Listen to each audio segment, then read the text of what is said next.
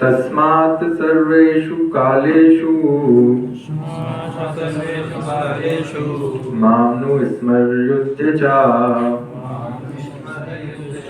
मयि अर्पित मनोबुद्धिः मामे वैश्यस संशयम् तस्मात् सर्वेषु कालेषु मां नुस्मर्युध्य च मयि अर्पित मनोबुद्धिः मामे वैश्यसि संशयः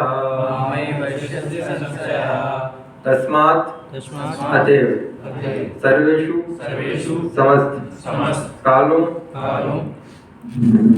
कालेषु कालों में माम मुझको अनुस्मर स्मरण करते रहो। युद्ध करो। चा भी मई मुझमें अर्पित शरणागत होकर मनः मन बुद्धि माम मुझको एव निश्चय ही एष्यसि प्राप्त करोगे असंशयः निसंदेही। अतएव हे अर्जुन, तुम्हें सदैव कृष्ण रूप में मेरा चिंतन करना चाहिए और साथ ही युद्ध करने के कर्तव्य को भी पूरा करना चाहिए। अपने कर्मों को मुझ में समर्पित करके तथा अपने मन एवं बुद्धि को मुझ में स्थिर करके तुम निश्चित रूप से मुझे प्राप्त करोगे। रूपा तात्पर्य, अर्जुन को दिया गया ये उपदेश भौतिक कार्यों में व्यस्त रहने वाले समस्त व्यक्तियों के लिए बड़ा महत्वपूर्ण है। भगवान ये नहीं कहते कि कोई अपने कर्तव्य कर्मों को त्याग दे। मनुष्य उन्हें करते हुए साथ साथ हरे कृष्ण का जप करके कृष्ण का चिंतन कर सकता है। इससे मनुष्य भौतिक कर्म से मुक्त हो जाएगा और अपने मन तथा बुद्धि को कृष्ण में प्रवृत्त करेगा। कृष्ण का नाम जप करने से मनुष्य परम धाम कृष्ण लोक को प्राप्त होगा, इसमें कोई संदेह नहीं है। तो इस श्लोक में भगवान अर्जुन से कहते हैं, जब अर्जुन युद्ध भूमि में कंफ्यूज थे कि युद्ध करें कि नहीं करें, क्योंकि सामने दो ऑप्शन थे कि ये जिन्हें मार रहा हूँ ये मेरे सगे संबंधी हैं और इन्हें मारने के बाद अगर मुझे राज्य मिल भी जाएगा तो उस राज्य का उपयोग क्या रहेगा, क्योंकि व्यक्ति अपने सगे संबंधियों को दिखाने के लिए या उनकी प्रसन्नता के लिए कार्य करता है कई बार। तो जब अर्जुन कंफ्यूज थे तो भगवान कंक्लूड करते हैं, तस्मात का मतलब होता है अतएव। जैसे हम कंक्लूड करते हैं ना किसी सेंटेंस को कि चलिए ऐसा कर, तो इससे 2-3 श्लोक पहले भगवान ने अर्जुन को काफी समझाया। जैसे इससे 5th श्लोक आता है कि अंत काले च मामेव, अंत समय में जो मेरे स्मरण करते हुए शरीर को त्यागता है वह तुरंत मेरे स्वभाव को प्राप्त होता है, इसमें रंच मात्र भी संदेह नहीं है। उसके बाद भगवान कहते हैं यम वापि स्मरणम ते कलेवरम, हे कुंती पुत्र, शरीर त्यागते समय मनुष्य जिस जिस भाव का स्मरण करता है वह उस भाव को निश्चित रूप से प्राप्त होता है। तो इस श्लोक की भूमिका कि ऐसा भगवान का बोलना कि तुम सब समय मेरा चिंतन करो कर्म करते हो, इसकी भूमिका निर्धारित होती है पिछले 2 श्लोकों से। तो वहाँ भगवान क्या बोल रहे हैं कि एक में तो बोल रहे हैं कि जो अंत समय में जिस भाव से ग्रसित होकर शरीर त्यागेगा अगला जन्म उसको वही मिलता है। दूसरा ये कि भगवान का जो स्मरण करते हुए शरीर त्यागता है। तो 2 काम करना है, एक तो ये क्लियर करा भगवान ने कि जिस भाव का स्मरण करते हुए व्यक्ति शरीर त्यागेगा वहां पहुंचेगा। दूसरा भगवान ने ये कहा कि मेरा स्मरण करते हुए शरीर त्यागना है, तो इसके लिए प्रोसीजर क्या फॉलो करें। तो इसलिए भगवान यहाँ पे कंक्लूड कर रहे हैं तस्मात, इसलिए तस्मात यहाँ पे यूज हुआ है। तस्मात का मतलब होता है कंक्लूड किसी सेंटेंस पढ़ते हैं तो वहां से आता है तस्मात सर्वेषु कालेषु। तो भगवान ने कहा अतएव तुम ऐसा करो कि मेरा चिंतन करते हुए कर्म करो, क्योंकि कर्म तो कोई व्यक्ति कर ही रहा है, बिना कर्म करे कोई रह नहीं सकता। हम सांस ले रहे हैं ये भी कर्म ही है, कुछ नहीं कर रहा कोई व्यक्ति फ्री बैठा है लेकिन सांस तो ले रहा है ना, तो कर्म है ये भी। तो इसलिए भगवान कहते हैं मेरा चिंतन करते हुए कर्म करो और अपने कर्तव्य को इस प्रकार तुम अपने कर्मों को मुझे समर्पित करोगे। जैसे हम भगवान भोजन करते हैं तो भगवान को ऑफरिंग करते हैं तो वो फिर उसका पाप पुण्य सब भगवान के ऊपर लगता है, हमारे ऊपर नहीं लगता। हम तो केवल भगवान का प्रसाद ले रहे हैं, तो हमें तो पुण्य मिलेगा कि भगवान का प्रसाद ले रहे हैं। इसी प्रकार हम जो भी काम कर रहे हैं उसका जब हम काम करते करते भगवान का चिंतन करेंगे तो वो काम भी भगवान की सेवा में परिवर्तित हो जाएगा। इसलिए प्रभुपाद जी कहते हैं कि जो ये समझ रहे हैं कि भगवान ने अपने कर्तव्यों को त्यागने का नहीं कहा, अगर ऐसा होता तो भगवान अर्जुन से बोलते कि अर्जुन सब छोड़ दो, ऐसा नहीं कहा। कर्म करना है लेकिन भगवान की स्मृति में करना है। तो उससे क्या होगा सॉरी, उससे ये होगा कि अभी हम कर्म करते हैं तो उसकी जो काम की जो वर्क है हमारा, उसकी क्वालिटी हमारे कार्य की सही नहीं रहती है। क्यों? क्योंकि भगवान में बहुत सारी चीज़ें रहती हैं कि कर तो रहा हूँ, सक्सेसफुल होगा कि नहीं होगा, इसमें जॉब लगेगी कि नहीं लगेगी, कैंपस होगा कि नहीं होगा, है ना, एग्जाम में सिलेक्शन होगा कि नहीं होगा। तो होगा कि नहीं होगा में कुछ हमारी जो आधी एनर्जी है ना उधर डेबिट हो जाती है। जैसे कर्मण्यवादी कारस्ते मां फलेषु कदाचन के कई लोग इसमें क्वेश्चन एराइज करते हैं कि भगवान कह रहे हैं कि कर्म करो फल की चिंता मत करो, पर हम तो पहले फल की चिंता करते हैं तो ही हमारी कर्म करने की इच्छा होती है। जैसे पैकेज 24 लाख का है तो हम ज़्यादा मेहनत करेंगे, 12 का है तो कम करेंगे। तो उसका मतलब ये होता है कि हमारी एनर्जी को हमें चैनलाइज नहीं करना है अलग अलग जगह, कि कर्म हमें सफलता मिलेगी कि नहीं मिलेगी वो सोचने में हमारी आधी एनर्जी चली जाती है। तो जैसे कि बचपन में हम वो जो लेजर वाला लेंस होता था ना, तो उसको सनरेज को फोकस करते थे एक पेपर के पॉइंट, तो पेपर जल जाता था, बड़ी खुशी मिलती थी। तो ऐसे ही क्या होता है, क्यों हुआ कि सारी रेस को उसने कॉन्सेंट्रेट कर दिया। ऑलरेडी सनरेज तो उस एरिया में आ रही थी, लेकिन उतने मान लीजिए वो जितना भी उसका मान लीजिए 2 सेंटीमीटर या 3 सेंटीमीटर डाया का जो ग्लास था, उतनी रेस को उसने एक जगह पे फोकस कर दिया। ऐसे ही जो हमारी इंद्रियां हैं, जैसे आँख है, कान है, नाक है, त्वचा है, जिह्वा है, ये सब अलग अलग डायरेक्शन में अगर जाएंगी काम करते हुए या अपनी अपनी सोचेंगी, जैसे 5 घोड़े हैं रथ में, 5 चलते हैं आगे, अब वो 5 अगर अलग अलग जगह जाएगा, एक को घास दिख रही है, एक को चना दिख रहा है, एक को गुड़ दिख रहा है, तो वो सब गड़बड़ हो जाएगा, रथ तो आगे बढ़ेगा नहीं। तो ऐसे ही इंद्रियां अपनी अपनी देखेंगी कि आँख कुछ और ही देखना चाह रही है, कान कुछ और ही सुनना चाह रहे हैं, तो उससे क्या होगा कि हम जो काम करेंगे उसकी क्वालिटी नहीं आ पाएगी, उसमें फोकस नहीं बनेगा हमारा।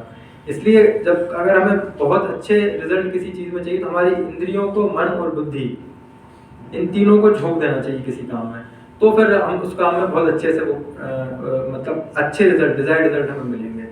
तो ये कब होगा? ऐसे तो मन कहीं ना कहीं जाएगा ही, तो इसको भगवान में जब हम लगाएंगे, जैसे भगवान का चिंतन करते हुए जब हम कर्म करेंगे, तो चिंतन करते हुए कर्म कैसे करें? हाथ में माला जपा और सामने किताब रखा और चल रहा है, ऐसा नहीं है। जब करना है तो जब का निर्धारित तरीका जो है वही करना है। स्मरण का मतलब ऐसा कि भगवान की स्मृति बनी रहती है चीज़ों में, हर चीज़ में भगवान की कृपा देखता है। अगर वो परेशानी में है, मान लीजिए भगवान अगर उसको हाथ में थोड़ा सा कट लग गया, तो ये मान के चलता है कि फ्रैक्चर ही होना था या बहुत 8-10 टाँके आने थे, छोटे में काम हो गया भगवान की कृपा से। और कुछ मिलता है तो ये मानता है कि मैं इसके योग्य नहीं था, ये केवल भगवान की कृपा से मुझे मिला है। तो ऐसे ही जो हम कर्म करते हैं, कर्म करते समय हमें ये ध्यान रखना है कि अब मैं यहाँ पे हूँ, जिस भी जगह पे मैं हूँ, आप स्टूडेंट हैं, आप जॉब कर रहे हैं, आप जहाँ भी हैं, जो भी आपकी जिम्मेदारियाँ हैं, ये भगवान के विधान के द्वारा मुझे मिली है। तो इसलिए मुझे इनमें अपना ये नहीं मान के चलना है कि मैं ऐसा कर रहा हूँ, मैं नहीं कर रहा हूँ, भगवान करा रहे हैं। मैं केवल एक कठपुतली का, वो भगवान है, वो कठपुतली को जो डांस कराते हैं वो उनकी उंगलियाँ हैं, मैं तो केवल बस वो नीचे वाला जो वो रहते हैं ना, वो छोटे छोटे वो जो हिलते हैं कठपुतली में, वो बस मैं तो कठपुतली का हिस्सा हूँ, बाकी चलाने वाले भगवान हैं। तो इस भाव से हम करेंगे कि मैं जिस भी पोजीशन पे हैं, हम जिस भी जगह पे हैं, हम भगवान की कृपा से, और हमें ये काम ईमानदारी से करना है। एक जगह और भगवद गीता माता योगा कर्म सुकौशलम, तो उसके प्रभुपाद जी रास्ते में लिखते हैं कि भक्ति योग ही कार्य कौशल है। योग का मतलब भक्ति योग और वही कार्य की कुशलता है। कुछ लोग उसका ये भी अर्थ करते हैं कि योगा कर्म सुकौशलम मतलब कार्य की कुशलता ही योग है। तो किसी भी अर्थ में हम ले लें उसको, भक्ति के दृष्टिकोण से ये लेना है कि भक्ति योग ही कार्य की कुशलता है, लेकिन अगर उसे संसारिक कार्य के उस पर भी सोचा जाए तो योगा कर्म सुकौशलम, कार्य की कुशलता मतलब पूरे परफेक्शन के साथ काम होना चाहिए। इतनी मतलब उसमें जैसे एक बार मैं सुन रहा था कहीं कि प्रभुपाद जी बोलते हैं जब मैं पानी पीता हूँ तो पानी ही पीता हूँ, सुना होगा आपने, प्रभु हमेशा इसको कोट करते हैं। तो ऐसा हमारा परफेक्शन कि जो काम कर रहे हैं तो उसको अच्छे से करें, तो उसमें हमें जब परफेक्शन मिलेगा तो उसी काम से आप वो कर लेंगे। ये व्यक्ति कई बार सोचता है कि धन कमाने के लिए प्रोफेशन बदल दूं मैं अपना, सोचता है ना कि चलो इसमें नहीं है, इसमें ज़्यादा स्कोप है, इसमें ऐसा नहीं। देखिए जिसके भाग्य में है और जिसने काम को ठीक से कर लिया, लोग क्रिकेट खेल के भी करोड़ों कमा रहे हैं, लोग नाच के गा के करोड़ों कमा रहे हैं। नाचना गाना तो कोई नॉर्मल चीज़ है, लेकिन कमा रहे हैं लोग करोड़ों। कई ऐसे लोग हैं कि कॉन्सर्ट का कलेक्शन इतना होता है कि किसी को दे तो उसकी 100 कड़ियाँ कुछ काम करने की जरूरत नहीं, इतना कलेक्शन होता है एक कॉन्सर्ट का। कई हैं ऐसे, कुछ लोग खेल के क्रिकेट खेल के या कुछ दूसरे खेल खेल के कमा रहे हैं, कुछ गा के पॉपुलैरिटी मिल जाती है उनको, तो कुछ को एक्टिंग करके। तो पैसा अगर आप धन अगर आपके प्रारब्ध में है तो कहीं ना कहीं से आ जाएगा। आप अपने कर्म पे ही ध्यान दें, प्रोफेशन चेंज नहीं कर। सचिन तेंदुलकर ने नहीं सोचा मैं क्रिकेट खेल रहा हूँ, क्या पता पैसा मिलेगा कि नहीं, जॉब कर लेता हूँ। तो प्रोफेशन से चेंज करने से नहीं होता, अपने कार्य की कुशलता पे ध्यान देना जो भी हम काम कर रहे हैं। क्योंकि हमें वहाँ पे हम अगर हम पहुँचे हैं तो हम किसी मतलब भगवान की कृपा से पहुँचे हैं, या हमारा मान लीजिए प्रारब्ध भी था, अब हमारे हाथ में लेकिन कुछ नहीं है, उस कर्म को ठीक से करना है। तो जो ये श्लोक है, एक तो भक्ति के दृष्टिकोण से भी ये यही है सहायक कि हम भगवान का स्मरण करेंगे तो हम संसार में फंसेंगे नहीं, क्योंकि एक स्मृति नहीं रहेगी हमारे अंदर। और दूसरा इसका साइड इफेक्ट जो है, मतलब इसका जो एक्स्ट्रा एडवांटेज है, वो साइड इफेक्ट को लोग नेगेटिव सेंस में लेते हैं। साइड इफेक्ट मतलब नेगेटिव नहीं होता, साइड इफेक्ट का मतलब मेन इफेक्ट है उसका भक्ति, और साइड इफेक्ट मतलब इसके एडिशनल ये एडवांटेज ही मिल जाएगा कि हम जो काम करेंगे उसकी क्वालिटी अच्छी रहेगी। नहीं तो व्यक्ति 8-8 घंटे, कई स्टूडेंट कंप्लेंट करते हैं कि जगह मैं 3 घंटे बैठा हूँ पर मेरा बिल्कुल एक भी पेज उसी पेज पे था, मैं 2 घंटे पहले पेज नंबर 277, 2 घंटे बाद भी 277, उसके 2 घंटे बाद भी ऐसा होता है क्योंकि डिस्ट्रैक्शन इतना होगा। ये सबसे बड़ा डिस्ट्रैक्शन तो ये है, जेब में रख के हम इसको घूम रहे हैं। हमारा सबसे, जैसे कहावत है ना कि इंसान का सबसे बड़ा शत्रु आलस होता है ना, ऐसे क्रोध भी होता है। तो ये भी हमारा सबसे बड़ा शत्रु है अगर हम इसको ठीक से यूज नहीं कर रहे हैं। जैसे मन के बारे में आता है कि मन हमारा सबसे बड़ा शत्रु भी है और मित्र भी है। अगर संयमित है तो सबसे बड़ा मित्र है, भगवत प्राप्ति में सहायक रहेगा। लेकिन अगर असंयमित है तो सुसाइड तक करवा देता है, कन्विंस कर लेता है इतनी बड़ी 5-6 फीट की बॉडी को कि पंखे से लटक जा, नीचे कूद जा, जहर खा ले, हाथ की नस काट ले, तेरी समस्या को समाधान हो जाए। कन्विंस ही किया ना उसने, कन्विंस कर दिया कि सारी समस्याओं की जड़ ये शरीर है, इस शरीर को तू खत्म कर दे, तेरी समस्याएं समाप्त हो जाएंगी। कन्विंस कर लिया उसने। तो देखिए सूक्ष्म है मन, सूक्ष्म इंद्रिय आता है मन। जैसे हमारी जो 5 जो सेंसेस है ना, आँख, नाक, कान, त्वचा, जिह्वा, इसके अलावा मन भी एक इंद्रिय है, लेकिन वो सूक्ष्म इंद्रिय है। पर सोचिए कितना पावरफुल है, कन्विंस कर लेता है व्यक्ति को। तो ऐसे ही ये फोन भी अगर हम संयम से इसको यूज नहीं करते हैं तो सबसे बड़ा डिस्ट्रैक्शन रख के बैठे हैं हम। जब से कई सर्वे हुए हैं इस पे, जब से ऑनलाइन स्टडी का ये वो एक एटमॉस्फेयर, एक कल्चर डेवलप हुआ है, जब से ये डेटा की अवेलेबिलिटी बहुत अच्छी हो गई है, तब से डिस्ट्रैक्शन हो गया है लोगों को। अभी एक प्रोफेसर आए थे आई टी मुंबई के थे, परसों मेरिट में, प्रभु जी भी थे उसमें। तो वो बता रहे थे कि हमारे टाइम पे हम जब थीसिस करते थे पीएचडी की, तो हम 3 साल में खत्म कर देते थे क्योंकि डिस्ट्रैक्शन नहीं था हमारे पास। हम लाइब्रेरी जाते थे, पेपर पढ़ते थे, जो रिसर्च का काम। अब आजकल वो लैपटॉप पे और मोबाइल पे लोग सर्च करते हैं, तो आधे टाइम सर्च करते हैं या पढ़ते हैं, आधे टाइम कुछ और करते हैं। तो डिस्ट्रैक्शन है सबसे बड़ा। तो हम बात कर रहे हैं कि कार्य की कुशलता। तो अगर हमें किसी भी काम में परफेक्शन चाहिए या हमें सक्सेस चाहिए तो हमें उस काम को पूरे कॉन्सेंट्रेशन के साथ करना पड़ेगा, ईमानदारी के साथ करना पड़ेगा। उसमें मेहनत लगती है क्योंकि मन हमेशा, मन का स्वभाव है पतन की ओर जाना, नीचे की ओर जाना। मन नीचे की ओर ही जाएगा। उससे ऊपर उसको उठाने के लिए, उसको साधने के लिए हमें मेहनत लगती है। फिर कुछ समय कंफर्ट जोन को जब हम छोड़ते हैं तो तकलीफ होती है, उसको सहना पड़ता है। फिर एक समय के बाद ऐसा आ जाएगा जैसे किसी का टेस्ट ही खराब हो गया है, रोज ही उसको पीते ही है वो, तो रोज 2-4 पैक लगाना उसके लिए नॉर्मल है। तो वो व्यक्ति छोड़ेगा तो उसको धीरे धीरे दिक्कत होगी, लेकिन एक समय ऐसा आ जाएगा कि फिर उसको लगेगा कि नहीं मैं सही उसमें हूँ। एक हैबिट डेवलप होने में टाइम लगता है। तो फिर वो उसको उसी शराब से जिसको रोज पीता था उसको बदबू आने लगेगी उससे।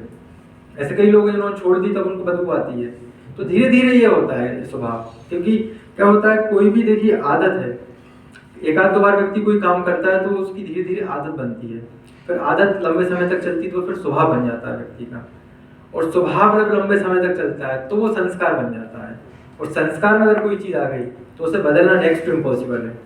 तो इसलिए कुछ अगर हमारी ऐसी आदतें हैं जो अभी ठीक नहीं है, डोंट टेक इट अदरवाइज, मतलब कि जैसे आलस करता है कोई व्यक्ति, प्रोक्रेस्टिनेशन, ये तो सब कॉमन थिंग है, ये तो सभी के अंदर कुछ ना कुछ मात्रा में रहती हैं। प्रोक्रास्टिनेशन मतलब काम को टालना, 1 घंटे के काम में 2 घंटा लगाना, 4 घंटा लगाना, पढ़ लूंगा, आज ही क्या जरूरी है, अभी तो 1 महीना है, अभी 6 महीने हैं, आज ही थोड़ी ना जॉब लग रही कैंपस तो 3 साल बाद आएगा। तो ऐसे नहीं करना है, एक एक सेकंड का हमें उपयोग करना है। क्योंकि हम सब, आप लोग यहाँ बेस में, आपके पेरेंट्स ने छोड़ा है तो आपको स्टडी के लिए छोड़ा है यहाँ पे। तो आपका मेन जो पर्पस, एक तो स्पिरिचुअल गोल हो गया हमारा, फिक्स है वो भगवत प्राप्ति, भगवान के चरणों की सेवा, और एक संसारिक गोल भी जिसके लिए आपके पेरेंट्स ने छोड़ा है। तो उस काम को ईमानदारी से करें, पूरे एफर्ट के साथ करें, कॉन्सेंट्रेट। और इसके लिए देखिए बहुत सारे छोटी छोटी चीज़ें होती हैं कि एक नियम बना ले, एक रिस्पेक्ट होती है किसी चीज़ की। जैसे मैं यहाँ बैठा हूँ तो मैं बैठ के आपको गाना नहीं सुना सकता, मैं यहाँ बैठ के आपको एंटरटेनमेंट नहीं कर सकता। यहाँ मैं बैठा हूँ तो मेरा उद्देश्य है कि अच्छी क्लास देना, भगवान की भक्ति के प्रचार के विषय में बोलना। तो ये इसको व्यास का नहीं बोला जाता है बड़े स्तर पे, ये तो अपनी क्लास चल रही बेस में। तो ऐसे ही जब स्टूडेंट पढ़ता है अपनी चेयर पे, तो उस चेयर की एक रिस्पेक्ट करिए आप ऐसा एक नियम बना लीजिए कि इस चेयर और टेबल पर अगर मैं बैठूंगा तो सिर्फ पढ़ूंगा और सिर्फ स्टडी से रिलेटेड काम करूंगा। इसके अलावा अगर मुझे, मेरा व्हाट्सएप चला रहा हूँ, 5 मिनट की टाइम पास कर रहा हूँ, तो वहाँ से उठ के उस चेयर पे बैठ के नहीं करूंगा वो काम। तो ये ऐसे एक डिग्निटी आप मेंटेन करिए अपने आप में। तो उससे फिर एक नियम बन जाएगा कि नहीं, इस चेयर पर बैठ के मैं अगर किसी दोस्त से बात भी कर रहा हूँ फालतू 5 मिनट, तो इस चेयर पर बैठ के तो नहीं करूँगा, इस चेयर पर जितने टाइम मैं बैठूंगा मैं अपने स्टडी से रिलेटेड ही काम करूंगा। तो उससे क्या डिग्निटी बन जाती है। जैसे व्यापारी होता है, वो कुर्सी बैठता है, उस कुर्सी की इज्जत करता है, वो कभी आपने देखा तो उस पर पैर रख के नहीं चढ़ता। जैसे उसको सामान भी उतारना है दुकान में, बिजनेसमैन जो होता है शॉप पे बैठते हैं, तो जिस चेयर पे बैठता है उस पर खड़ा नहीं होता कभी, वो कोई दूसरा स्टूल बुलवा ले, क्यों? उसकी डिग्निटी मेंटेन करता है। तो ऐसे ही हम भी, जो हमारी स्टडी चेयर है, आप सब ज़्यादातर स्टूडेंट्स ही हैं यहाँ पे, तो उसकी डिग्निटी को मेंटेन करना। तो ऐसे हम जब करेंगे तो हमारे जो काम की जो क्वालिटी है वो बढ़ेगी। और भगवान का स्मरण करते हुए, जैसे बीच में मान लीजिए कुछ समय हम पूरा 10 घंटा सुबह से लेकर शाम तक तो सिविल सर्विस का टॉपर भी नहीं पढ़ता, भले वो कहे मैं 12 घंटा पढ़ रहा हूँ, पूरे नहीं पढ़ता, तो बीच में गैप रहता है। तो उसके लिए मान लीजिए आपने 1 घंटे में 5-10 मिनट का गैप असाइन किया, तो उस समय भगवान का स्मरण कर सकते हैं, चिंतन कर सकते हैं। तो चिंतन में क्या है, ऐसे बहुत ज़्यादा तो श्री राधा गोविंद जी भगवान का चिंतन ही हो गया, स्मरण हो गया, है ना। तो ऐसे हमें स्मरण करते हुए भगवान का काम, मतलब अपना काम करना है। तो वो जो काम है वो हमें फिर बाधक नहीं बनेगा और उसकी क्वालिटी ठीक रहेगी। नहीं तो क्या है, क्वालिटी से बहुत लोग कॉम्प्रोमाइज करते हैं कि कर तो रहे हैं पर उसके रिजल्ट नहीं मिल रहे हैं, क्वालिटी नहीं है, फोकस नहीं है। अब जो चाकू है जिसकी धारी नहीं है जिसमें, वो उसको काटते रहो, आप सब्जी कटेगी क्या? नहीं कटेगी। जो लेंस है इसको फोकस कर रहे हैं, उसका लेंस के में क्रैक्स आ गए हैं, तो वो सनरेज को कॉन्सेंट्रेट ही नहीं कर पाएगा। तो ऐसे हमारी इंद्रियां अलग अलग डायरेक्शन में जाएंगी तो वो दिक्कत उससे होती है। तो उसको हमें साथ के रखना है आगे। और सबसे ज़्यादा डिस्ट्रैक्शन होती है आँखों से, इसलिए आँखों को तो ऐसा उस पर वो लगा दें कि जो काम का है वही देखेंगे, नहीं तो नहीं देखेंगे, क्योंकि आजकल बहुत कुछ है देखने के लिए।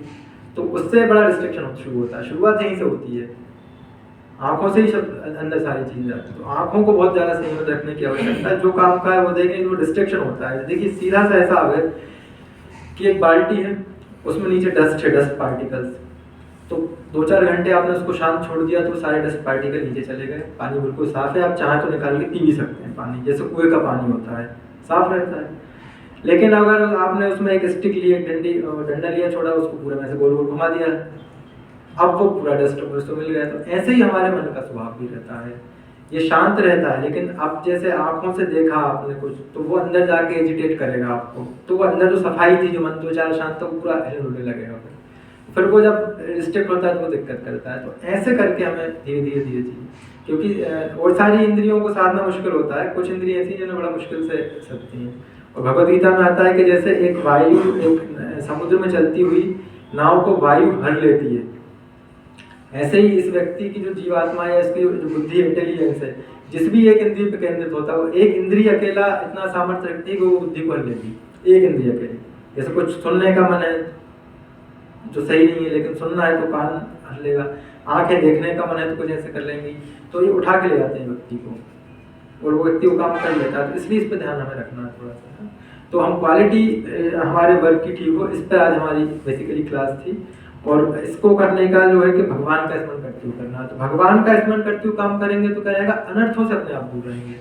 फिर आंखें आपको परेशान नहीं करेंगी, मन आपको परेशान नहीं करेगा, बुद्धि आपकी स्थिर रहेगी। तो इसलिए क्यों, क्योंकि देखिए कोई भी भगवान कहते हैं, मतलब भगवद गीता में आता है कि जिसने उच्च रस की प्राप्ति कर ली है, develop a higher test to discard the lower one.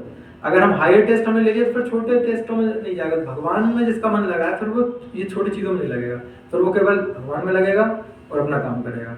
जो बीच का जो बैरियर है, जो एजेंट्स रहते हैं ना बीच में, जैसे आपकी किसी से मकान ले रहे हो, 50 लाख में बात हो गई, ब्रोकर बीच में आ गया कि नहीं मैं तो 60 में दिलवाऊंगा, पहले ही उसने बात कर ली। तो अगर डायरेक्ट बात रहेगी दिक्कत नहीं आएगी। तो भगवान में लगाना है और अपने काम में लगाना है, बाकी कोई और जगह है नहीं। बाकी 4 रेगुलेटिव प्रिंसिपल है, उनको फॉलो करते हुए जो अपने जो शास्त्र विधि से जो काम निर्धारित है वो कर सकते हैं, उसमें कोई समस्या है। ठीक है, हरे कृष्णा। अगर किसी कोई प्रश्न को ले सकते हैं।